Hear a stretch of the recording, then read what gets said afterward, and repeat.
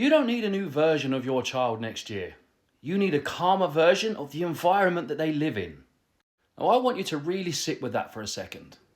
Because everything you've been told, everything you've been sold, and everything you've been blamed with points in exactly the opposite direction. We're told that next year will be better if they just listen more, if they behave better, if they grow out of it, if they learn consequences, and if they finally react the way we want them to. But ADHD doesn't work like that. Your child isn't broken and they don't need fixing. And they don't suddenly become a different human because the calendar changes.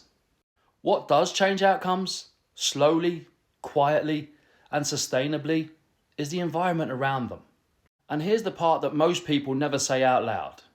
If your child lives in an environment that's constantly rushed, loud, unpredictable, reactive, emotionally charged, and built on pressure, their nervous system never gets a chance to settle.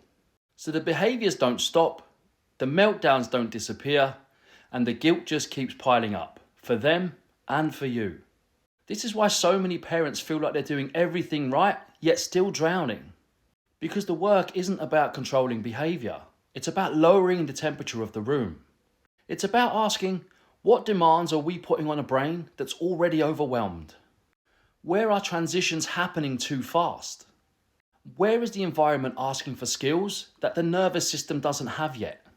And here's the part that might feel uncomfortable, but it's also the part that gives you your power back.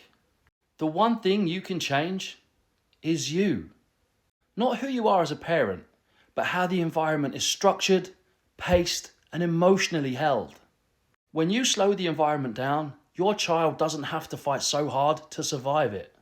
When you remove shame, they stop defending themselves with behaviour.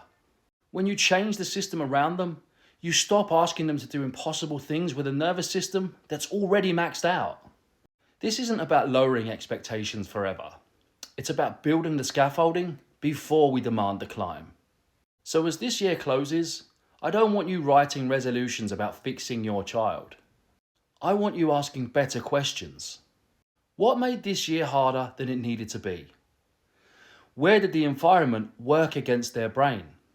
And what would calm actually look like? Not silent, not perfect, but regulated. Because when the environment changes, the outcomes change. Not overnight, not magically, but steadily. And for the first time, in a way that actually lasts.